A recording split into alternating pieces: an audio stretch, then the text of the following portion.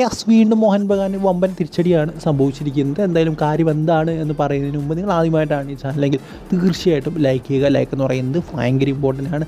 അതുപോലെ സബ്സ്ക്രൈബ് ചെയ്യുക.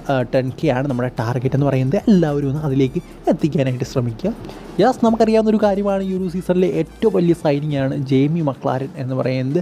എന്തായാലും അദ്ദേഹം വന്നപ്പോൾ തൊട്ടവർക്ക് തിരിച്ചടിയാണ്. അദ്ദേഹത്തിന് പുറം വേദന, പെയിന്, കുറച്ച് നേരം മാറിയിരിക്കുന്നു, മുംബൈയിൽ ഹോസ്പിറ്റലിലേക്ക് പോകുന്നു, പിന്നെ അദ്ദേഹത്തിന് റെസ്റ്റ് വേണമെന്ന് പറയുന്നു. അങ്ങനെയുള്ള കുറേ കാര്യങ്ങളാണ് നമുക്ക് കാണാൻ സാധിച്ചത്. അപ്പോൾ അതിൽ നമുക്ക് ഇപ്പോൾ അറിയാൻ സാധിക്കുന്നൊരു കാര്യമെന്ന് പറയുന്നത് സ്റ്റിൽ നമ്മുടെ ജെയ്മി മക്ലാരൻ ഇഞ്ചുറി മുക്തനായിട്ടില്ല. അതായത് ഇഞ്ചുറിയിൽ നിന്ന് പൂർണ്ണമായും മുക്തനായിട്ടില്ല എന്നാണ് അറിയാൻ സാധിക്കുന്നത്. അതുകൊണ്ട് തന്നെ അദ്ദേഹം അവരുടെ ക്വാർട്ടർ മാച്ച് ഡ്യൂറൻ കപ്പിൽ അദ്ദേഹത്തെ രജിസ്റ്റർ ചെയ്തു. അദ്ദേഹത്തെയും നമുക്കറിയാം പെട്രോസിനെ രജിസ്റ്റർ ചെയ്യുന്നത് എന്തൊക്കെയോ പ്രശ്നങ്ങൾ ഉണ്ടായിരുന്നു. ബട്ട് സ്റ്റിൽ അവർ രജിസ്റ്റർ ചെയ്തു.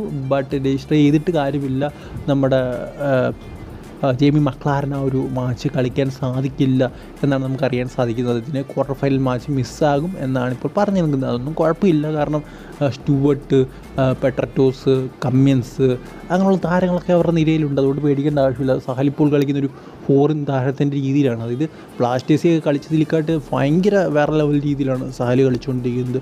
സോ എന്തായാലും എനിക്ക് തോന്നുന്നു ജെയ്മി മക്ലാരൻ മിക്കവാറും ഈ ഒരു ഡ്യൂറൻ കപ്പ് ഫുള്ള് തന്നെ കളിക്കാൻ സാധ്യതയില്ല. എന്നാലും ഇപ്പോൾ അറിയാൻ സാധിക്കുന്ന അദ്ദേഹം ക്വാർട്ടർ ഫൈനൽ കളിക്കുന്നില്ലെന്നാണ്. ബട്ട് അവർ രജിസ്റ്റർ ചെയ്തിട്ടുണ്ട്. എന്തായാലും കണ്ടു തന്നെ അറിയാം. പിന്നെ അദ്ദേഹം അവരുടെ കൂടെ അല്ല ട്രെയിനിങ് ചെയ്യുന്നത്, കുറച്ച് മാറിയാണ് ട്രെയിനിങ് ചെയ്യുന്നതെന്ന് പറഞ്ഞ് കേൾക്കുന്നുണ്ട്. അദ്ദേഹം സെപ്പറേറ്റ് ആയിട്ട് ട്രെയിനിങ് ചെയ്യുക. സാധാരണ ഇഞ്ചുറി ഉള്ളവരാണ് സെപ്പറേറ്റ് ആയിട്ട് ട്രെയിനിങ് ചെയ്യുന്നത്. സോ അദ്ദേഹം അങ്ങനെയാണ് ട്രെയിനിങ് ചെയ്യുന്നതെന്ന് പറഞ്ഞ് കേൾക്കുന്നുണ്ട്.